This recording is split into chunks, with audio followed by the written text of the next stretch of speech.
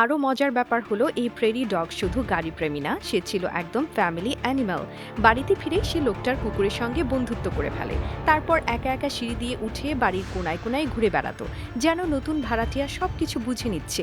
লোকটা একদিন তাকে একটা কুকি খেতে দেয়, আর সেটার পরে সে শুরু করে সারা ঘর ঘুরে খাবার খোঁজা। কুকির স্বাদে এতটাই মজে যায় যে এরপর কুমড়ো পর্যন্ত কামড়ে খেতে শুরু করে। এভাবে কেটে যায় কয়েকটা দিন। লোকটা যখনই গাড়ি নিয়ে বেরোতো, প্রেরি ডগটাও তার সঙ্গে যেতে চাইতো। কিছুদিন পর সে বুঝে যায় এই প্রাণীটা কেবল ভালোবাসা চায়, আর সবচেয়ে ভালোবাসে গাড়িতে করে ঘোরা। প্রতিবার গাড়িতে উঠলেই সে খুশিতে একেবারে মেতে ওঠে। চোখ বড় বড় করে জানালার বাইরে দেখে, মুখে এমন এক অনুভূতি ফুটে ওঠে যেন সে বলছে, দুনিয়াটা কি সুন্দর। এটা একবারে অন্যরকম এক বন্ধনের গল্প, যেখানে একটা ছোট্ট বন্যপ্রাণী নিজের মতো করে একটা মানুষকে, একটা পরিবারকে আপন করে নিয়েছে। না ভাষায়, না আচরণে, শুধু চোখের দৃষ্টিতেই বুঝিয়ে দেয় সে আপনাকে বিশ্বাস করে।